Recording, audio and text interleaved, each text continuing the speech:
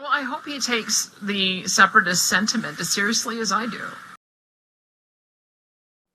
Welcome to Unfiltered. My name is Dan, and for 25 years, I've been behind the mic and in front of a camera, but now I'm using this platform to help fellow Canadians, cut through the noise. And today's story starts in Alberta, but trust me, it affects every province and every voter, every person tired of watching Ottawa steer this country off course, because this week, Alberta held a by-election, and what happened next could change the future of Canada. So make sure you stick around right to the end. You're going to want to see how this story ends. It starts in Old Didsbury, Three Hills. The United Conservative Party won again. Tara Sawyer over 9,300 votes, the NDP second. And here's the kicker. Cam Davies, the leader of the Alberta Republican Party, a separatist voice, finished third. In rural Alberta, that's not just a loss.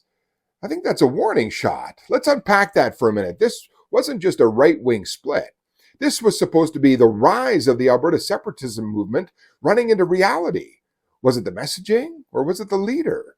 Or Albertans and Western Canadians more nuanced than the loudest voices claim?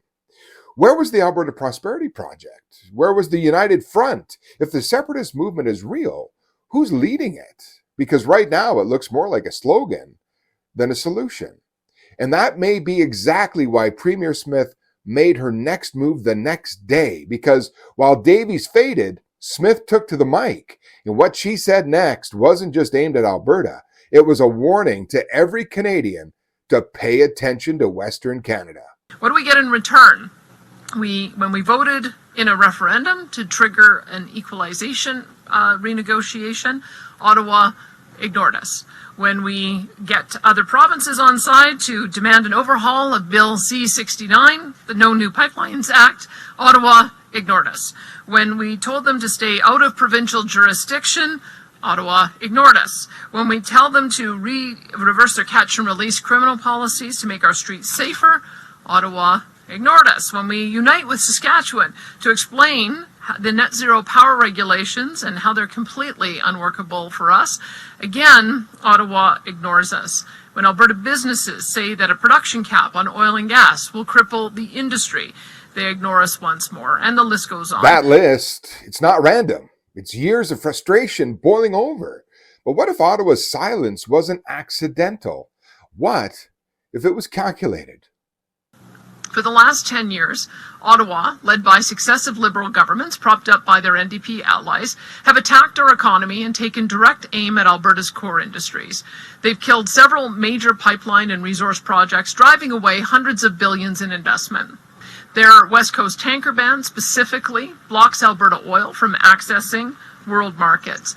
Their excessive industrial carbon taxes and the new oil and gas production cap are designed to keep our world-class oil and gas reserves in the ground.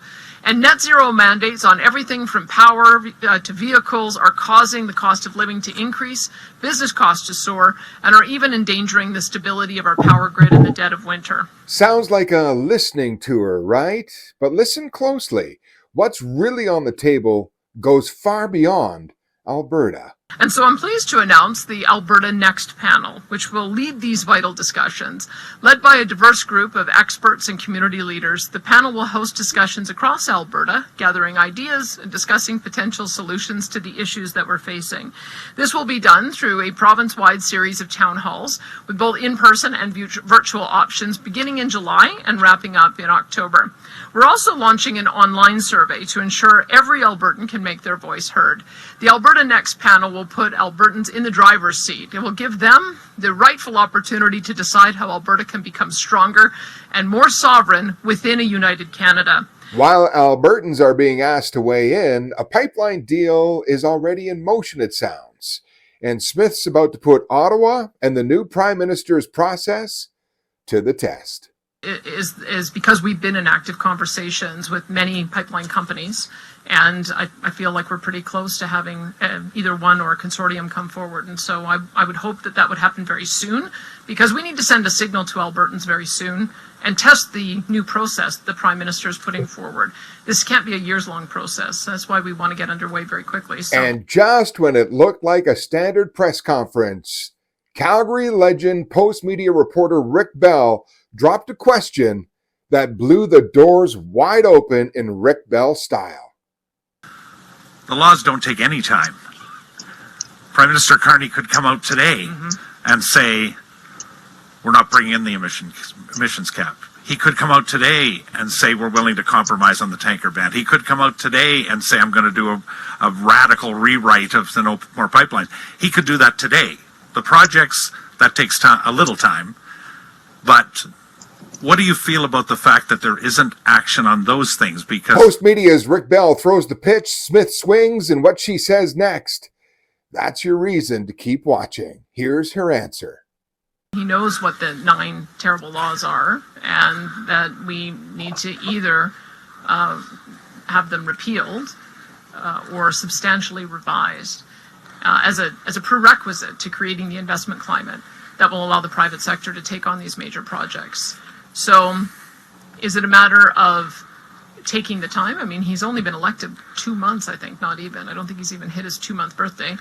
And so I understand how long it can take to put legislation together, which is why I can be patient for a few more months. But session starts on September 15th. So we'll know in 3 months whether or not we've made some progress. And by then we'll also be near the end of this process that we're going through with Alberta Next. And I'll have a pretty good idea of what Albertans would like us to put to a referendum question after that as well. That was no maybe. That was a message. September 15th, Carney's deadline. The Alberta Next panel wraps up about the same week. A referendum may already be in the works. This is more than Alberta. This is about the West. This is about the Constitution, about Canada's future. And if you're watching from BC, Manitoba, Ontario, or the Maritimes, you should be asking, if Alberta can push back, why can't we? Make sure you share this video with someone who still believes provinces should have a say. And if you're not subscribed, well, now's the time. Because Unfiltered isn't about Alberta. It's about giving Canadians the full picture from coast to coast to coast. And if you enjoyed this video, check out this video here, where Mark Carney's trying to push out your gas-powered vehicle. You're not going to want to miss this. My name is Dan, and this is Unfiltered. We'll see you in the next video. Well, I hope he takes the separatist sentiment as seriously as I do. Sir. Premier Danielle Smith, the media was trying to convince you not to come here and sit with PragerU.